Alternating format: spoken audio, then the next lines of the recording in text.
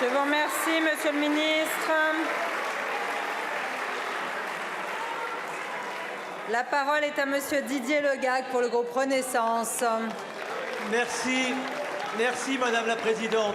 Mes chers collègues, ma question s'adresse à Monsieur Hervé Berville, secrétaire d'État à la mer, et j'associe avec moi de nombreux collègues de tous les littoraux français.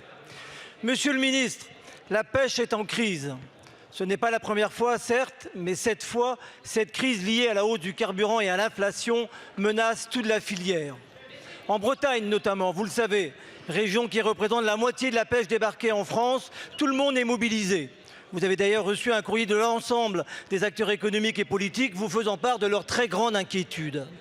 Un marin pêcheur de ma circonscription me disait encore ce matin: si les bateaux s'arrêtent, cette fois, c'est toute la filière qui risque de s'arrêter. Je sais, Monsieur le ministre, que vous êtes mobilisé et vous avez annoncé des mesures. D'abord, un plan de verdissement du carburant maritime avec une ristourne de 13 centimes par litre de gasoil. Ensuite, une nouvelle répartition de la taxe sur les éoliennes en mer en faveur de la pêche. Ces annonces sont bienvenues. Cependant, il faut reconnaître qu'elles ne prendront effet qu'à moyen ou long terme. Or, ce qui est en jeu, c'est bien la survie de notre pêche. La pêche française, l'une des plus respectueuses des normes environnementales et sociales, l'une des plus contrôlées aussi. Ce qui est en jeu aussi, c'est bien la question de notre souveraineté alimentaire. Je rappelle qu'on importe déjà les 2/3 des produits de la mer que nous consommons. Oui, notre flotte doit se moderniser et oui, notre filière doit mieux s'organiser.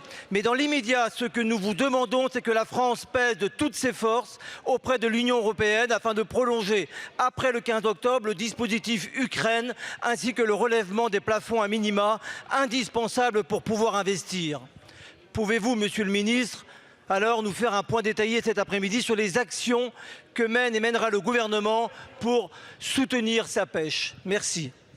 Merci beaucoup, mon cher collègue. La parole est à Monsieur Hervé Berville, ministre chargé de la mer.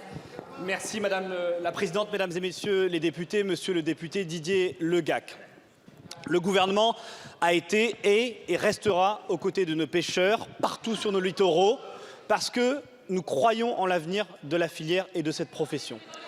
Vous le savez, face à cette situation et face au fait que toutes les grandes crises de la pêche sont des crises qui sont liées à la hausse du carburant, l'État a été présent. Depuis plus d'un an, c'est 75 millions d'euros qui ont été mobilisés pour faire en sorte que les bateaux continuent de sortir et mettre en œuvre cette aide au carburant. Mais vous le savez aussi, et tout le monde était parfaitement au courant, le cadre européen actuel, à ce stade, ne nous permet pas de prolonger l'aide au carburant au-delà du 15 octobre. Alors, face à cette urgence, nous avons fait 3 choses. Premièrement, nous avons accéléré la mise en œuvre de mécanismes de solidarité au sein de la filière et avec les acteurs privés. Et c'est notamment la mise en œuvre d'une ristourne de 13 centimes par Total et par d'autres énergéticiens. Et puis surtout, nous poursuivons le combat que nous avons mené pour prolonger l'aide au carburant au niveau européen. Et nous allons le faire dans les prochains jours, nous allons le faire dans les prochains mois pour faire en sorte de ne laisser personne dans l'impasse et d'avoir cette prolongation de l'aide carburant. Et puis, nous allons aussi mettre territoire par territoire avec notamment les préfets, des mécanismes avec les banques, avec la Direction générale des finances publiques pour accompagner les entreprises de pêche pour que personne ne se trouve dans une situation impossible et notamment de manque de trésorerie.